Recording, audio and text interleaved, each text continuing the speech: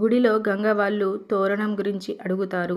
ఇక పంతులు గారు ఉండి ఈ జ్వాలా తోరణాన్ని యమతోరణం అని కూడా పిలుస్తారు. ఎవరైతే ఈ తోరణానితో కలిసి స్వామివారి వైపు నడుస్తారో వారికి ఈశ్వర అనుగ్రహం లభిస్తుంది అని పంతులు అంటాడు.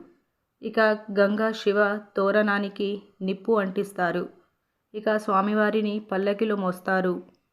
ఇక అందరూ కలిసి తోరణం కింద నుండి నడుస్తూ ఉంటారు. అంతలో శ్రీవల్లి చీరపై నిప్పు పడుతుంది.